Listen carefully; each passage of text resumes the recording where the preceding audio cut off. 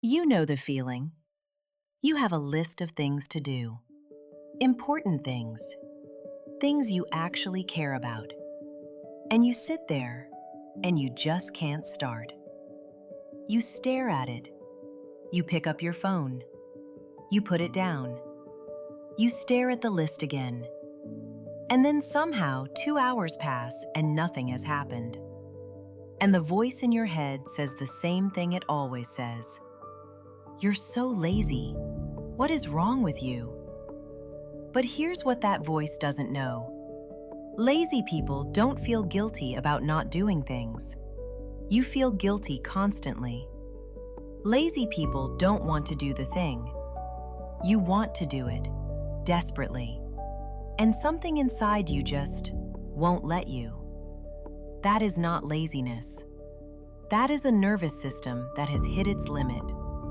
And today we're going to talk about what's actually happening and why it started long before that to-do list ever existed. There is a state your body goes into when it has taken on more than it can process. Not more work, more everything. More emotion, more noise, more responsibility, more unspoken pressure, more of the weight that nobody sees but you carry anyway. When that load gets too heavy, your nervous system does something very specific. It shuts down. Not because you are weak, not because you don't care, because your brain, the part that is supposed to protect you, decides that stopping is safer than pushing through. This is called the freeze response, and it is not a character flaw. It is your body doing exactly what it was designed to do. Here is what is actually happening when you can't start. There is a part of your brain responsible for planning, deciding, beginning. When you are calm, it works fine. But when the stress has been stacking, for days, for weeks, for years, that part goes quiet. Not permanently, just offline. And you can sit there for 2 hours unable to send one email, not because you don't care, but because the part of you that starts things has nothing left to start with. You are not broken. You are overloaded. Now here is the part most people miss. For some people, the overwhelm is the result of years of modern life. The long hours, the back-to-back responsibilities, the never really switching off. Pure burnout from a world that never slows down. But for a lot of people, it started much earlier than that. If you grew up in a home that was unpredictable, emotionally chaotic, high pressure, never quite safe, your nervous system learned something very early. It learned to stay on high alert, always ready, always scanning, always preparing for the next thing.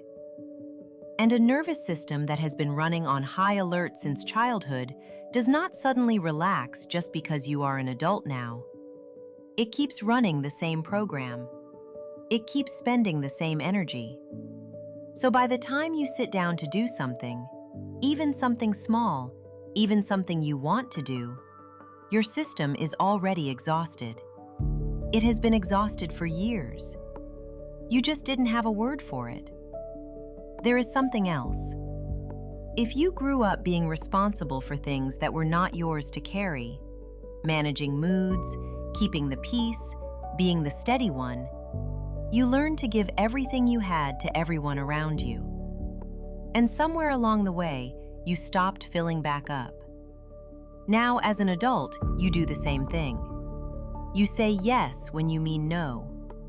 You take on more because saying no feels dangerous. You run yourself down to the last drop. And then when there is nothing left, when you finally sit down with that to-do list, people call it laziness. It is not laziness. It is depletion. There is a difference. So what do you do with this? The first thing is to stop punishing yourself for the symptom and start getting curious about the cause. The shutdown is not the problem. The shutdown is your body telling you something. It is a signal, not a character flaw. When you feel the freeze coming, when the paralysis sets in and the guilt starts right behind it, try asking a different question. Not what is wrong with me, but what is my body trying to tell me right now?